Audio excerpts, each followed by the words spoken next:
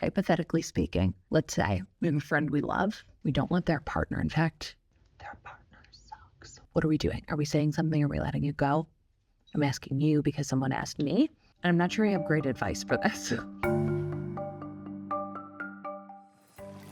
I got this question on my Instagram, and it was that simple. How do I tell my friend that I hate her partner? I think a lot of us have been in a situation like this. Either we are the person whose partner is disliked by the people who love us, or we meet somebody that our friend, our relative, someone we care about is really excited about, and we think, them?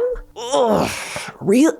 What are you seeing? Tell me what you're seeing in this, because I am not seeing it. And I know that love is weird. And I know that beauty is in the eye of the beholder, but this is not what I pictured. Okay? It can be very, very awkward, complicated, uncomfortable, and all around horrible. We want the best for the people we love. We want them to be happy. And if you are a codependent, if you are a meddler, and I am talking to myself and about myself when I say those things, it can be hard not to say, look, I'm here. I know what's best for the entire situation. So just let me step in and tell you what you are doing wrong. In my experience, that has not gone very well. It has not gone very well when people have tried to tell me what they thought about the person that I was with when that person did not meet their standards, and also not mine, but I just couldn't see it at the time. And it has not gone well when I have asserted myself or just stuck my nose into something. It just hasn't gone well. But that's just my opinion. I'm just one woman. I'm just one woman with a microphone, with a camera, with an unending need for human attention and connection, here bringing this problem to you and making it your problem. I'm Nora McInerny. This is Thanks for Asking, the call-in show where we talk about what matters to you. And in this case, a lot of you called me, a lot of you texted me, and we are going to get into it. We're going to start with the text, then we'll move on to voicemails. Hello. In my situation, this has happened a few times, and unless the situation is unsafe or abusive, I usually let the friend lead. If they come to me and say, I'm so unhappy, we're fighting, I've previously asked the question, have you ever considered maybe the relationship has run its course? Have you thought about leaving? We're here for you if you need help. If it's an unsafe or abusive situation, you have to tread lightly because there's such fear of retaliation if someone being abused tries to leave. That's a really good point and very true. I've definitely spoken up on this before and have helped a friend get out of this. Another friend I've had for 25 years is currently being isolated and emotionally manipulated, and I barely have access to her anymore. So another friend and I have joined up and just keep trying. I always go back to the phrase, keep reaching out your hand in those situations. It's a good point. Keep reaching out your hand. I also love the idea of asking questions. But the problem that I have personally, and this is why I'm not answering this question directly, is that I can be such a the questions I ask are, what are you seeing in this person? This person sucks and is a loser, and I hate them. What do you like about them? Do you want to break up with them? Do you think you should? Should we do it right now? I could call them right now. Let's get them on the phone. Let's pretend it's middle school. We'll call them on a 3-way call. You stay quiet. I'll break up with them for you. But it's probably better to ask questions. Just better questions than that. I'm in my 40s. It is time for me to grow up. Okay. Some people won't hear you until they're ready to, but also sometimes you need to hit them upside the head with a verbal frying pan so they'll hear you. Okay. This is my kind of person. I stayed in an abusive relationship for years too long, and no one said anything close to me like leave him. Sure, no one knew the whole story, and I was a master at hiding it, but there were breadcrumbs, and I'd never been so mentally unstable. So for me, in the end, no one could say it except for me.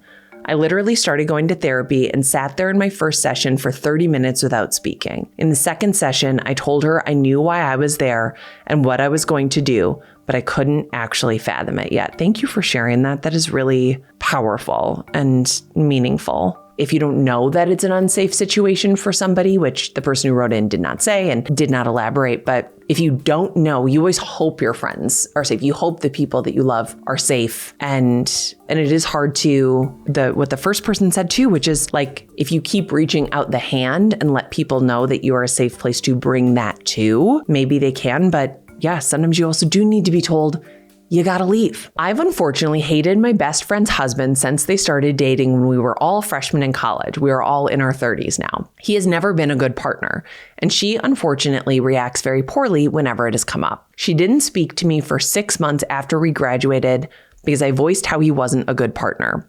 She fired a therapist after 2 sessions when they told her she needed an exit plan. Yikes. They just had a baby and all signs point to him not being a good father, and unfortunately all I can do to retain the friendship is be there for her. Other people over the years have voiced concerns and she immediately shuts down and stops communication with them. It's terrifying and really sad, but I know she needs me as a friend more than she needs me to voice my opinion. That's also very powerful. You got to be there so that when they're ready, they can hear it, because not everyone is ready to hear it. And I do think sometimes people know and they're waiting for you to notice. And sometimes people know and they're just waiting for the moment that they can say it, because acknowledging that you made a wrong choice or you are in a situation that is not right for you is so difficult. And it gets more difficult the older we get, when the stakes get higher, when there are kids involved, when you are married, not because marriage is magical, but because marriage is a legally binding contract. And because when the situation is unsafe, it's unsafe. It can be very unsafe to simply leave. It can be unsafe to tell people the truth. It is very, very complicated. And it's excruciating. It's excruciating. I set my best friend up with her husband back in the early aughts. He was my boyfriend's best friend. That boyfriend is now my ex-husband. Good for you. He was kind of a jerk then, and unfortunately, their relationship has lasted longer than mine did. Over the years, he's gotten worse and has imposed his will upon my friend so much that everything about her has changed. He's so controlling of her. I hate it. I tried telling her he was awful a long time ago. She briefly met someone else and I was hopeful. But when that didn't work out, they got back together and my opinion of her husband caused a rift between us for a few years. It makes me very sad because I feel like I've lost a lot of her over the years. And I don't think she's happy with him. She's just stuck. I don't think there's anything I could say to change her situation. It's up to her. Ooh, some of you guys send me the longest text and I love it. I live for a long text. I struggled hard with this, but I told one of my dear friends about my concerns about her marriage after visiting them for a weekend and listening to him, 1, complain about her behind her back and to her face. Absolutely not. No. My friends' husbands, boyfriends, any of my straight friends, partners, no. I'm not on your side, buddy. No. You don't complain to me about my friend. You are allowed to worship my friends. You are allowed to tell me how grateful you are that she is with you. You are allowed to compliment her. I'm not going to conspire with you to talk crap about my friend. Absolutely not. Okay. 2, yell at her in front of us. Absolutely not. No. 3, be completely uptight and mean to their toddler son. I hate this guy. 4, generally be a dick for a full 24 hours. It was so bad we left early. I emailed my concerns to her to give her the chance to process it or ignore it if she needed to, or call or say in person. I told her something like she could ignore it or could yell at me for saying it because I knew it wasn't my business, but after what I saw, I worried that if it was that bad right in front of us, it may be worse behind closed doors. Turns out many other friends were also worried. Some had said something, but others didn't because they hadn't known her for as long as I had, so they didn't think they could say anything. Long story short, she's divorced now! Yay! And so much happier for it. This text message took me on a journey. It took a long time, but because I said something, we could talk openly about it, and I think that really helped her to eventually get into therapy. He continues to blame me for the end of their marriage for saying something, but I have zero regrets for saying anything. Still hate that. Me too. Also, this kind of guy is going to be like, and our marriage would have survived if your friend hadn't noticed that I was an absolute jerk to you and our child. He was in a happy marriage. So he assumed that the marriage was happy. Absolutely not. You're a really good friend. I'm really glad it worked out. I'm glad she listened. I'm glad she was receptive to it. I'm glad other people stood up to it. And all of that is abuse. Like, it is abusive to scream at somebody, to belittle them, to belittle your child. Absolutely not. You're a good friend. A dear friend of 15 years was dating this absolutely horrid man since 2017. When they first got together, a few group hangouts into it, me and several other mutual friends got together and staged a sort of intervention. We told her how wrong he was for her and that she was pretty clearly settling for him, as she had not had a lot of positive dating experiences. He very obviously love-bombed her early and often, and she got sucked in. Meanwhile, he said demeaning things about her profession to me, another straight man, which unfortunately at that time I did not have the vocabulary and skills to rebuff effectively. Anyhow, she did not listen and got sucked further in and ended up moving in with him in 2019, just in time for COVID lockdowns, which completed her isolation. Then they got engaged. Then, about a year ago, he walked out on her and admitted to a years-long affair with another woman. The most heartbreaking thing was how much she apologized to her friends for not listening and being sucked into the relationship, when that is not the issue at all. I wish I could have gone back and put up more of a fuss, gone to fight back against his BS instead of taking a back seat and thinking, well, her choice, we tried. Because yeah, we tried, but definitely could have tried harder. So that's the gist, I guess. Don't give up when your friends are dating a walking red flag. You're right. Don't give up. Don't give up. I think making sure people know that you are there for them when they are ready is vital. That's really good advice. I have never chosen to tell my friend if I hated their partner. Recently, I had a friend who confided in me about abuse and an unsafe situation her partner was creating in their home. Even in the face of that, I never said I hated him. I said I hated the situation he was creating or the impact his decisions were having on her and their kids. For this friend, she's hearing from a lot of people that they hate him or don't know why she stays. She shared that my focus on the situation made her feel safer to confide and be vulnerable with me. I don't know that this works for every friendship or relationship, but it worked here. That is really good advice, and I'm glad that worked. And it makes sense too. I do think when you say to somebody like, I hate this person, it's hard for somebody not to feel defensive because they chose that person. They're in a relationship with that person. They might really care about that person, even if they know that that person is not good for them. And if they are not in a healthy relationship, it's kind of like, like you do identify with the people that you care about. You identify with the choices that you've made. It would be hard, I think, not to take that personally. And in my experience, when I've had feedback like that, I have been insulted. I'm like, what, you think I have bad taste? Like, guess what? I do. Okay, so what? I have not successfully ever told somebody that I did not like their partner. I've never had that go well for me. And in fact, it kind of reminds me of the movie High Fidelity, where John Cusack's character, he's telling his ex-girlfriend how much he hates like her new partner and his best friend, or maybe his sister. I can't remember. It's been a minute since I saw this movie, but she's like, you made your triangle, like now they're a unit. Before it was just three people and now it's them against you. And that is what has happened. And there is one situation that I can recall of where somebody was in an unsafe relationship, and I did what I could physically to remove them from that situation, let them know that they were supported, let them know that they were cared about.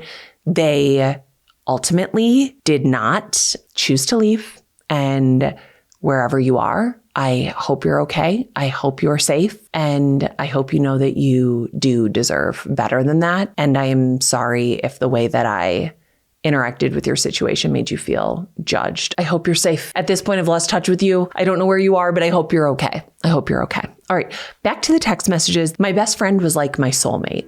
We met at a neighborhood daycare center at 10 months old, and we were friends until we broke up at 29.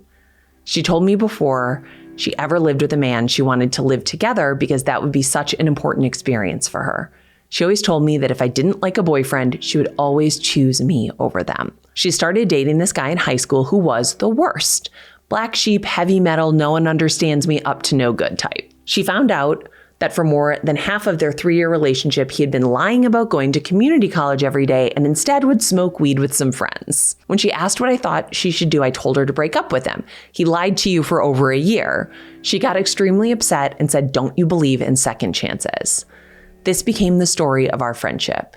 He had no ambition. They couldn't be out in public together without fighting. She hated his job, hated his friends. She cheated on him with a one-night stand. She found out he had been experimenting with hardcore drugs.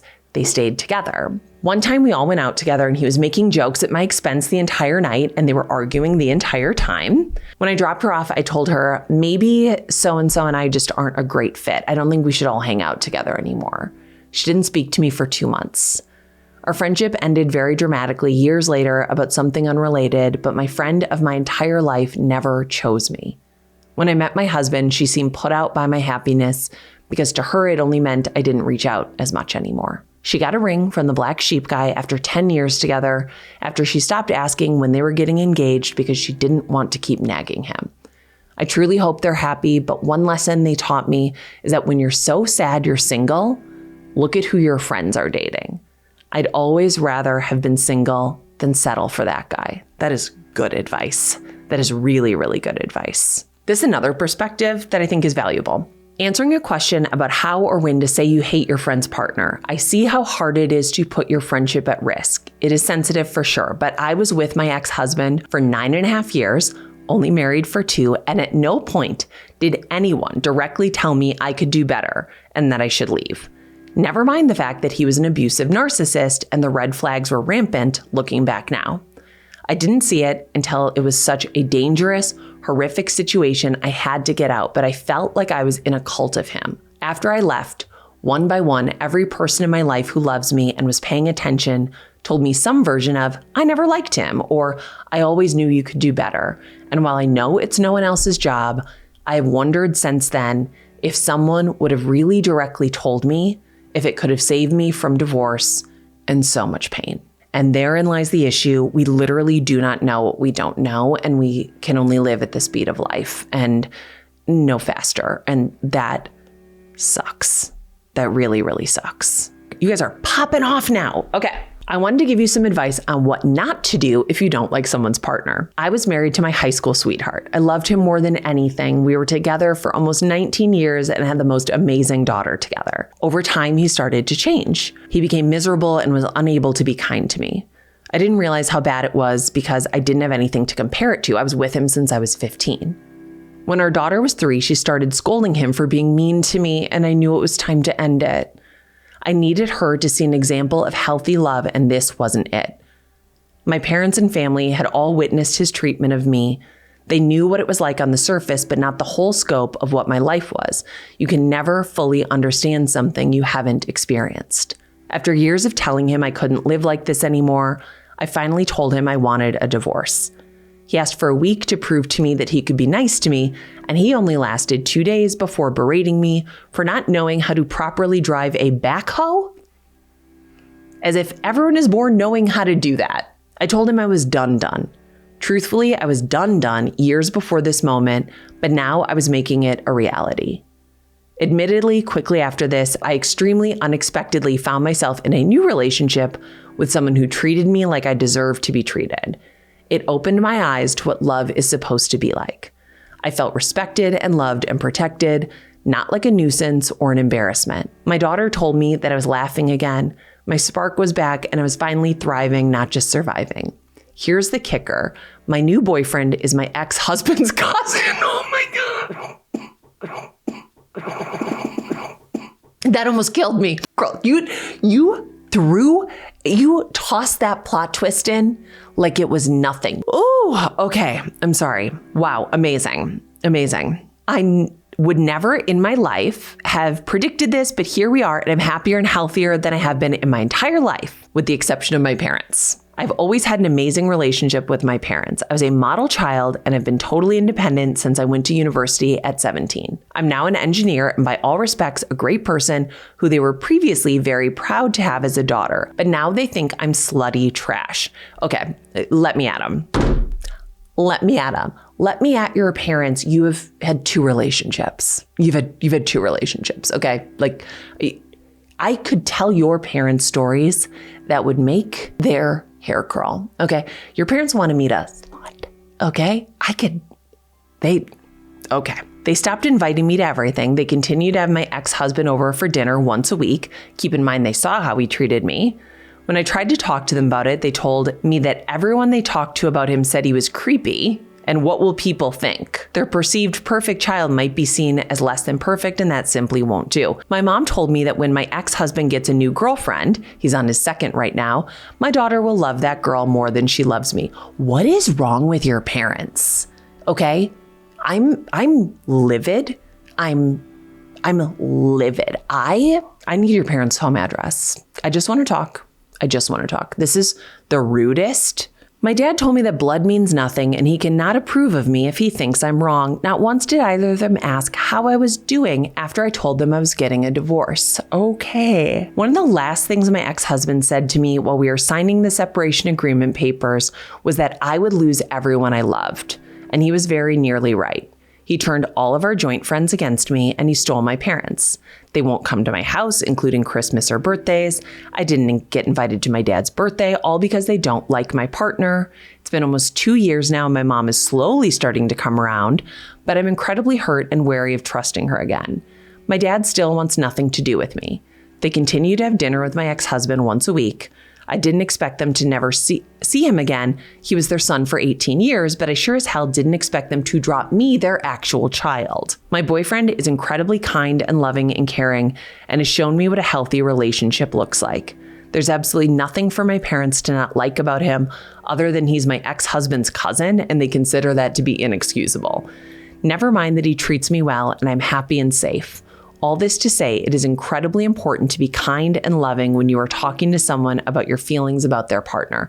This is great advice. It is an extremely touchy subject because it's their life, and unless that person is abusing them or putting them in an unsafe situation, it's none of your business.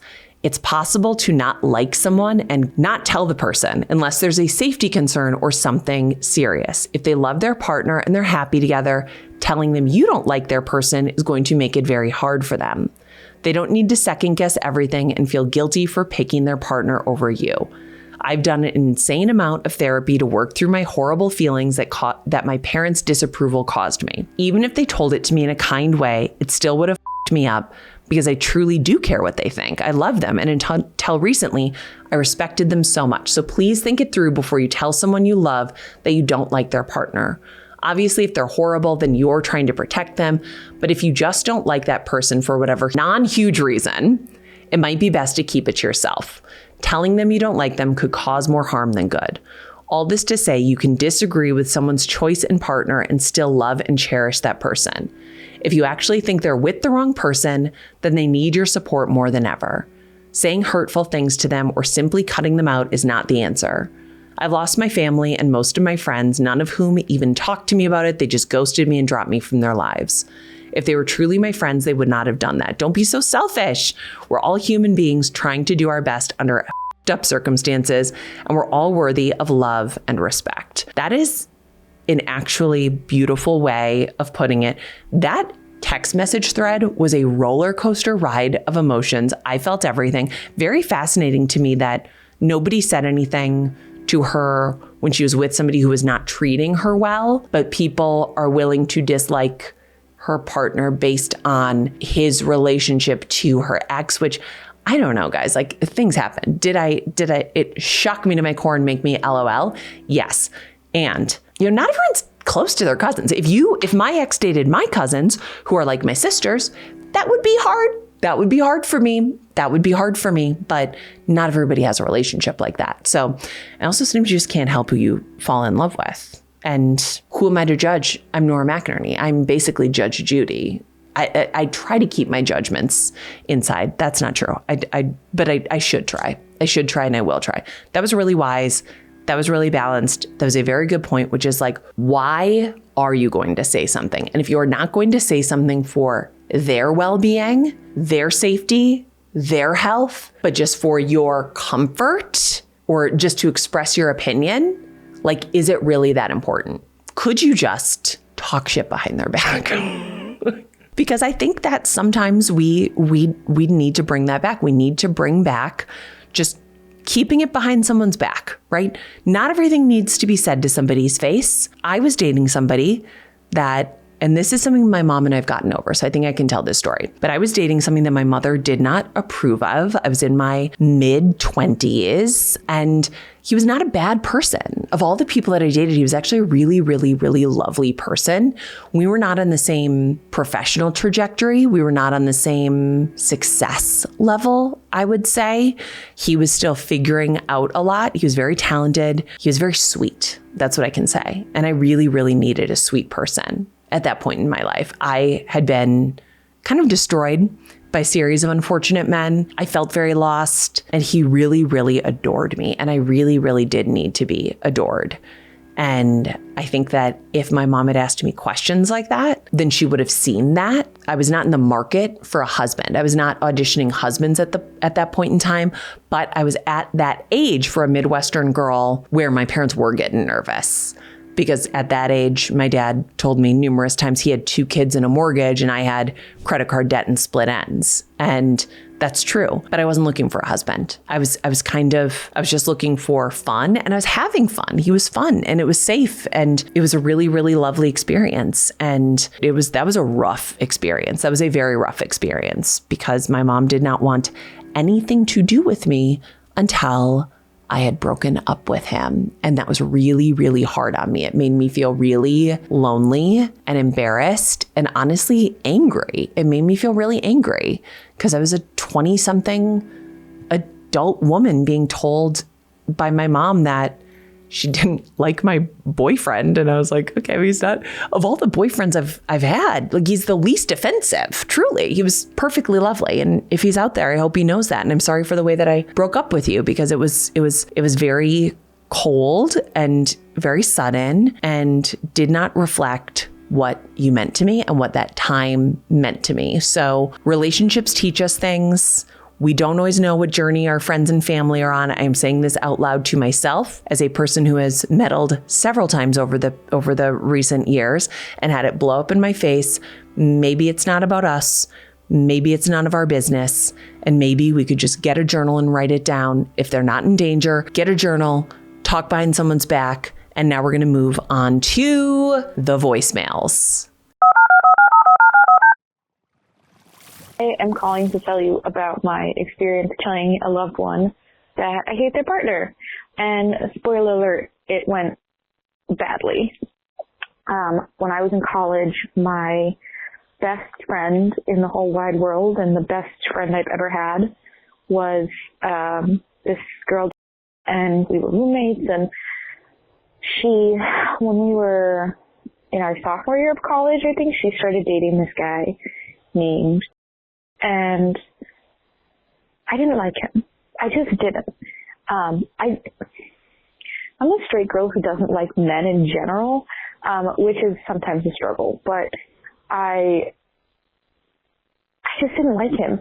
He had very toxic masculinity energy.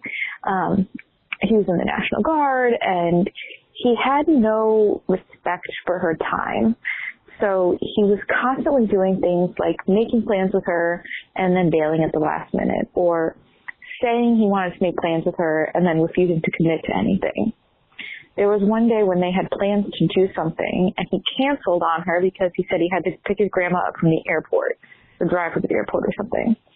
And she was like, okay, yeah, that's fine. And I was like, immediately like, girl, he's lying to you. And she was like, no, of course not. He was. He later came clean and said that he just wanted to spend the night in bed watching Netflix and eating Oreos, which is fine. We've all been there. My current partner is an introvert, and it happens. Sometimes he's like, listen, what I need right now is to be alone.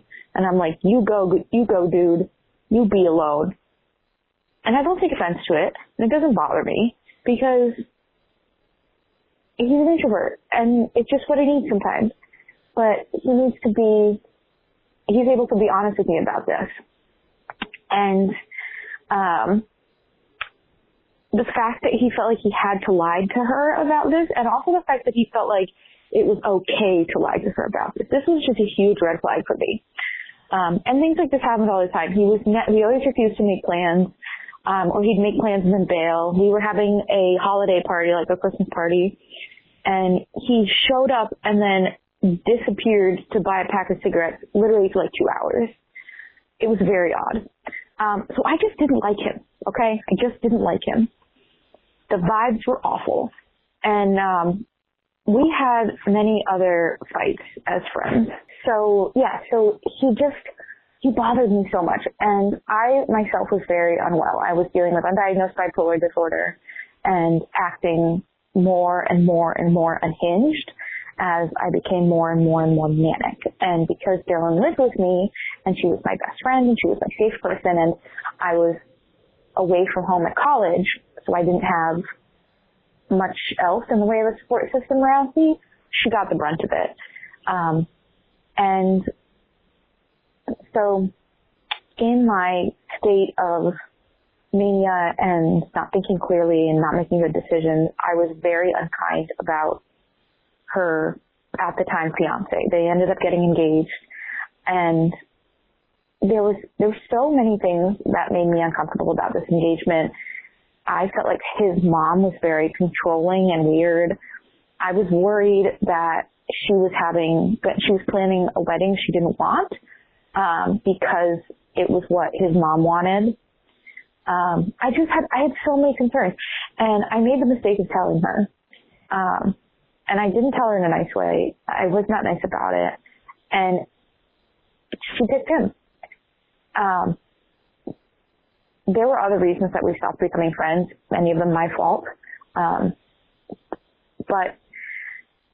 she picked him. And because of that, I haven't spoken to her in almost 6 years. And I miss her every day, and I miss her so much. And she works like half a mile away from my house, and I just think about her all the time. Now, fast forward, that was 2019. Fast forward to like 2023, question mark? I don't know what time it is. And another one of my best friends starts dating a woman for the first time. Now, this friend has had historically horrible taste in men. I think she would agree with that. She just dates douchebags. I think she has daddy issues. And she's always dated men who just suck. So when she came out of... I just want to say, I love getting these long voicemails. I truly feel, I don't know this person at all. And I'm like, but I'm in it with you. I'm in it with you, and I feel like I know you. So I'm like, oh yeah, no, she always dates losers. Yeah. When she came out as bi and she started dating a woman, I was like, oh, maybe this has been the problem the whole time. Maybe the problem was she was dating men. And who can blame them? Men are terrible. So she started dating this woman, and she was so excited about this relationship. And the first time I met this person, I had gone from Boston down to Connecticut. So anyway, the first time I met this new partner of my best friend. Her name was Diana. My friend's name is Bridget. And I don't know if she's real name. Is that bad? I don't know. We were driving back from the train station after being in New York to see a show on Broadway. And Diana called Bridget and told her, one, that she had not stopped drinking when she said she would. She was at a party or bar or something. And two, that she was driving intoxicated. And three, that she was going over 100 miles an hour on the highway. And immediately, this is my first impression of this person. Immediately, I'm like, no, you cannot date this person. This person is terrible. And that was my first impression of this person. Every other interaction I've had with this person has been awful. She is rude. She is really negative. She complains constantly.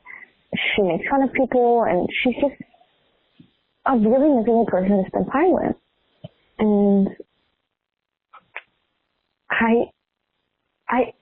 they're getting married in September, and I'm in the bridal party, and I'm going to be there, and I'm going to be happy for her, and I'm going to do everything exactly how she wants it. And I will never tell her that I don't like this person, because I am not willing to lose another friend over this. I'm, terrified about the way this is going to end. if it's going to end, if I'm right, and I hope I'm not right, to be honest with you. I don't want her to go through a horrible blow-up heartbreak. And that's why it hurts so much to see her with someone who I think is not good for her. But I can't do anything about it. I can't tell her because I won't lose her. I don't want to lose her. And that just sucks, you know? Like, she's going to be part of my best friend's life and therefore part of my life for a long time, hopefully forever, I guess. And I just don't like her. I find her to be a miserable person. Then how do you make peace with that? And my best friend is one of the loveliest human beings you'll ever meet in your life. And I just have to make peace with the fact that she's picked someone who doesn't deserve her. And that sucks. Yeah, that does suck. So what are you going to say? You're going to show up and you're going to hope that you're wrong and that people can change. You know, I guess that's what we're going to do. All right. So I'm calling you from Minneapolis. I saw your Instagram post today about I ended a 9-year relationship because when I asked my best friend of 15 years what she thought I should do, she said leave, whatever. I've got this from both sides of the coin because my best friend, I really do not like her husband. You know why I said that, because I'll tell you why. And then also from the flip side, I've had 2 relationships where all of my friends and family were like, oh yeah, no, you should have gotten out of that way earlier. I'm like, why the hell didn't you tell me that? Right? So we'll start with the best friend. She was my best friend since high school. And we went to college. She found her now husband in college. Let's just start with this woman was a Division I soccer player, and we both were. And so, damn, phenomenal athlete, great person, and meets a boy and gives up her full ride scholarship to a Division I soccer team to go transfer for her senior year and be with him for the last year of college. No. Is not going to play there. Just is going to give up her career. She was playing the whole time. Like, it wasn't about playing time at all. She was just, like, in love with this dude and was like, I'm going to give up my great degree and great career to go get a shittier degree and not finish my career. Anyway, that's how this whole thing started. So I'm like, who is this dude and why are you giving up so much for him? It's a year. Like, what are we doing? Yeah. So throughout all of it, throughout their whole 5 years or so of courting, like, I brought it up a few times where I'm like, what are you doing? Like, this guy's kind of a bump on the log and you're a rock star, and those two things don't match very well. So, like, what the hell? It all came to a head I was maid of honor in her wedding. All came to a head the night before the wedding, because of course it does. The rehearsal dinner happened. Me and the bridesmaids were hanging out. We're having a great time. Whatever, you know, we're at dinner, just a casual dinner with all the family prepping for, you know, it's the rehearsal dinner, so whatever. But we're dressed nice. We're all in dresses, whatever. You know, it's Colorado in the summer. It's beautiful. And one of the bridesmaids is wearing a super cute dress. Just a nice little jumper, whatever. Low cut, but, like, cute, right? We're 20-somethings. Yeah. And she's a sorority girl. Of course she's going to wear something low cut. Like, hello. Anyway, as we're walking out to the car, he makes a comment and he says... He says what? He says what? Sorry, it's me again. I'll go faster. Anyway, he sees the bridesmaid and he's like, he says, well, thank God we're choosing what you're going to wear tomorrow. Because she's a bridesmaid, obviously. So I'm like, Jesus Christ, dude, are you fucking serious? Like, who says that to somebody? Like, just so uncalled for. So anyway, I, said that to him. I'm like, dude, knock it off. Like, shut up, whatever. All fine. All the bridesmaids go back, and we're all, like, she the wife is not with us. The bride is not with us. My best friend isn't there. When we're just chatting, we're like, oh yeah, so none of us like this guy, because we're like rehashing that because it's really uncomfortable for her and for everybody, because I called him out on it and he was like, what the fuck? I'm like, no, you what the fuck? Don't say that to people. Yeah. So bride comes back over. My best friend comes that night at like 11 p.m., the night before her wedding, and was like, it feels like you don't like Grant. Please edit out his name. Feels like you don't like my future husband. I'm like, yeah, no, I think I've made that pretty clear. And also, like, this guy just sucks. Like, look at what just happened. Anyway, we had a whole 3-hour-long conversation, and I'm just like, this is how I feel about him, but obviously you're going to marry him, so, like, I don't know what to do from here. And she's like, yeah, I don't either. So that was 4 years ago. We're still friends. Certainly, I wouldn't say she's my best friend anymore, which sucks. And, you know, at some point you have to stop talking shit about somebody's partner, otherwise they cut you. So that's where we're at now. But I don't know. I think it's, as the best friend, like, you have to say it at some point. And obviously, like, doing it before the wedding or at the beginning, before things get serious, is better than saving it for the end. But sometimes, even if you bring it up and they don't see it, like, they're going to do whatever they want to do, right? So I think it's good to bring it up. It's also hard because that obviously can rupture the friendship. Obviously, if they don't break up with that person, which was what happened with me. But I stand by what I said. I still don't like that guy, and he's changing her in bad ways. So whatever. But here's, hope you maybe use this for the podcast. I don't know. Whatever you want to do. But whatever. Oh my God. Okay, so we heard a lot of conflicting advice from a lot of people. And I think where we netted out is, I don't know, maybe do it or maybe don't do it. If she's unsafe, say something, but say it gently and say it in a way that lets her come to you, lets that person come to you and know that you are a person that they can talk to, that you are not judging them, but that you don't love the situation for them. And if it's not a matter of safety, if it is just a matter of taste, I guess we just suck it up. And we just... That's hard to do. And I do say that as a meddler.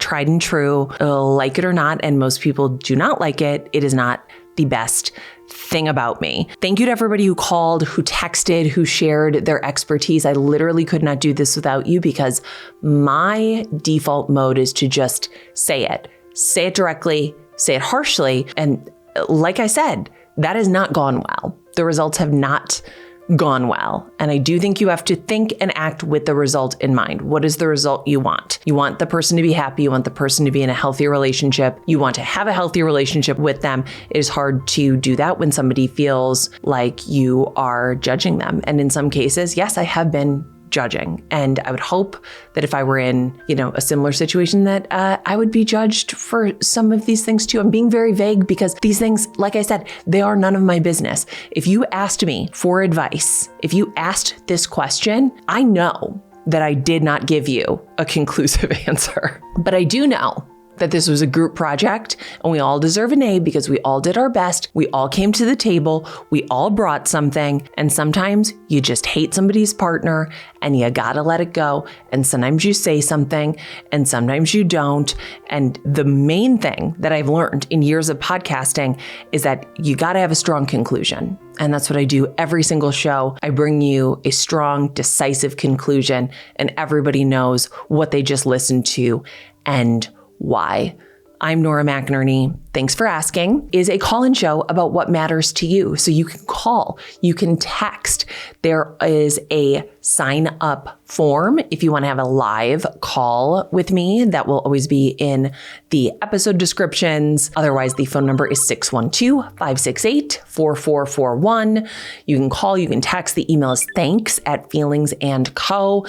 Big thanks, speaking of thanks, to our supporting producers. Supporting producers are the people who support us at our highest level over on Substack, where you can get every episode in its entirety ad-free. Our supporting producers are Beth Derry, Sarah Garifo, or Garifo maybe. If I'm saying your name wrong, it is on you to let me know that. Jennifer McDaigle, Sarah David, Mary Beth Berry. That's my old gym teacher, by the way. I love her. Joy Pollock, Crystal, Callie Sakai, Veal Bossy, Lizzie DeVries, Amy Gabrielle, Katie, Rachel Walton, David Binkley, Lisa Piven, Celia Doucet, Michelle Toms, Val, Nicole Peedy, Renee Kepke, Melody Swinford, Jennifer Pavelka, Diane C., Kate Lyon, Stacy Wilson, Larry Lefferts, Carr Pan, Joe Theodosopoulos, Caroline Moss, Elise Lunan,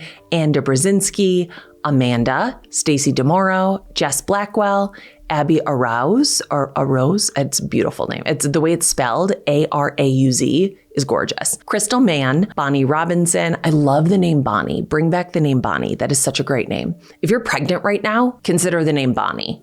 That's what I'm saying. Lauren Hanna, Shannon Dominguez Stevens, Kathy Ham, Aaron John, Penny Pesta. Great name. That's a great name. Inga, Madeline McGreen, Christina, Emily Fariso, Elizabeth Berkeley, Kiara, Monica, Kaylee, Faye Behrens, Jessica Reed, Kate Byerjean, Courtney McCown, Jeremy Essen, Kim F., Lindsay Lund, Jessica Letexier. It's beautiful. Letexler, maybe. I can't tell if it's an I. I can't, and I've got my glasses on. Letexler? Who knows? Alexis Lane, Stephanie Johnson, Robin Roulard, Jill McDonald, Beth Lipham, Elia, Feliz Elia. I know I got Elia right. We're going to say Elia Feliz. That's beautiful. God, everyone has such beautiful names. Dave Gilmore, Laura Savoy, Chelsea Cernick, Jen Grimlin, Micah, and Ann H. Thank you so much for being here. We will see you soon. This episode was produced by Marcel Malakibu. Our video production team is Extra Sauce. That's Jeff Landreville, Max Bugrov. Honestly, Max, I've never said your name out loud. Extra Sauce is great if you need video production. They are your guys. They are my guys. They are guys. And that's okay. Any other questions? You know how to get in touch with me, and I will see you again soon. Bye. Oh, our theme music. Our theme music is by my young son, Q. He made this theme music. He's very proud of it. So thank you to everybody who also complimented the theme music. It was made by an 8-year-old.